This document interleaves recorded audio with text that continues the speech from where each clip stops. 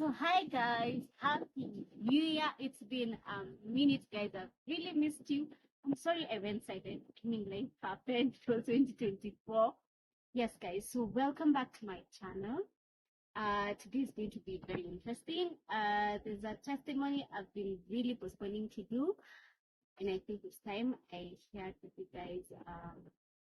Yes, as I told you earlier, this is a big testimony I have been keeping. And sometime I think I shared a snippet of it as I was telling you why I gave up in Opinua Muziki's wedding. But I say that I'll do a just whole video about it by itself. So this one I shall call it Where God Healed My Son. So yes, guys, as one of the lucky people in 2020 who are shifted from their relationships, I mean, it was turbulent and all that, we separated.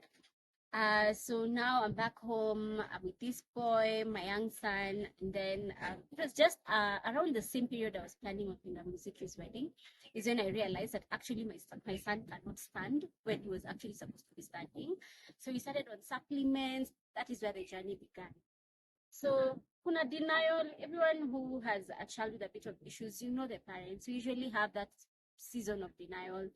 So I went through denial. I think and I started to pursue now the interventions on a serious note, like post 1 year, like when he was around 1 year, like 1 month, he got sick. We took him to a different hospital. When now they raised their alarm, they're like, hey, no, you need to actually start therapy. You need to take calcium, do all these other things that now we were not doing before. So we started doing those things, like around 1 year, 2 months.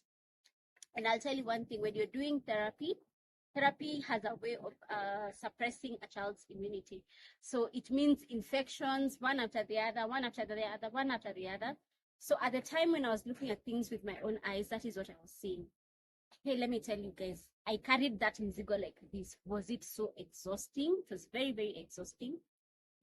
Yes, guys. So around this period, in fact, I just felt like God was so far away. And I just didn't think God cared. So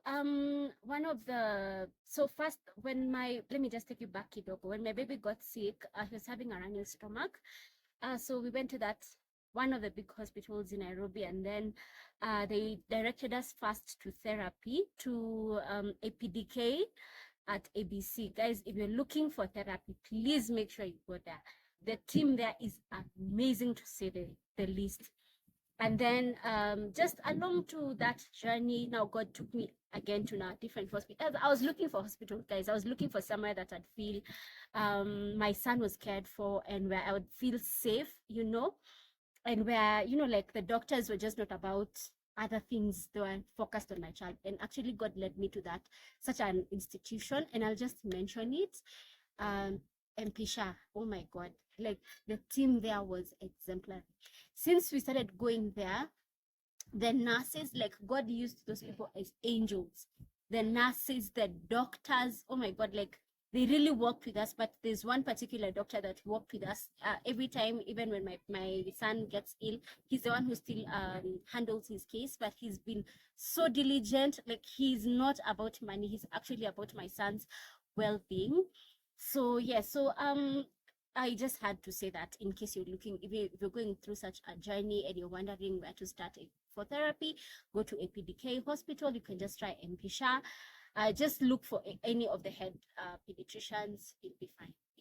So as I continued, the baby is just becoming sick. Every time he's becoming sick, hospitalization. One time I was just like, wait, this thing looks like the same. Like, it looks like a script. Every time we go to hospital, like, it's the same thing. And I was like, God, either the enemy is playing with me, or God, there's something you're trying to teach me and I'm not getting. And that is when things shifted. And God was like, you know what? Come, let's talk. And I'll tell you, just along that, there's a church I was going to called City Lighters. It was a still amazing place that God used to heal me. And we'd have things like called worship in the city, and I'd go and I'd cry and I'd just tell God, take that pain out of my son. Like, let me be the one with the problem, like let me be the one that is not fully functional. Like, just let him be okay. So, and God actually he did not make me not okay, but he healed me and he healed my son. What happened? So when I asked him what is going on, he told me, now come, let me tell you. And every time I'd be hospitalized, when we would share a room with another parent, they'd always ask, have you given this boy to God? And, I'd be scared to surrender my boy to God, because I'd wonder, what if this is his will? And so when God was really now pressing on my heart, like, give me this boy, give me this boy, give me this boy. And I actually just had to obey. And I remember I cried and I was like, God, what if this is your will? And he was like, I'm fair and just. And I'm telling you, after that, God did the impossible. For me, yes, we had gone for therapy. Things were moving, but he made things move in an instant. My boy, yes, he was walking when holding things. He now started walking all by himself. And the kind of therapy you're doing, you're training his mind to just learn to let go. Speech therapy, it was instant. Like, we didn't go for a long time. We started talking full words. Let me tell you guys, what God did in that instant when I surrendered was just mind blowing. And as I continued, and you remember this was after our Penda's wedding, so I had something to hold on. I had seen God do the and he blew my mind. He actually blew my mind. So I had something to go back on. But I was like, okay, fine, that was just a wedding. But what about my son? Is it going to be the same? Like, are you? But you see, God is faithful. It's just not in that one particular thing that he has done. And every time we surrender, he will always, always blow our minds.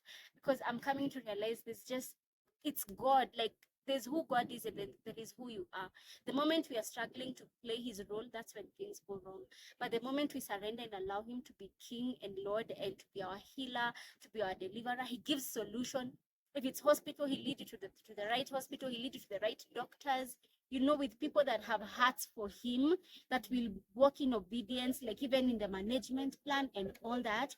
So mine is just to encourage you. If you're going through, if you know anybody, any child who's going through these delayed milestones, you can check the two institutions that I have mentioned.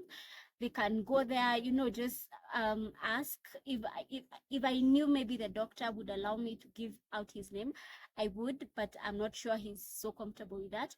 But if you just go to MP the pediatric unit is just amazing, to say the least.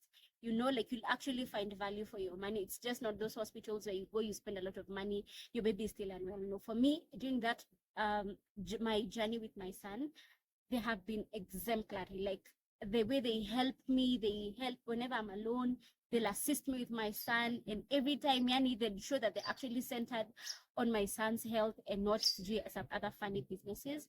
So if you're there, if you're wondering what to do, you've been pressed to the end, just trust God and surrender everything you have to him. Even that thing that you're feeling you have to carry, he didn't create you to carry that burden. And his word says that cast all your burdens to him, for he cares for you.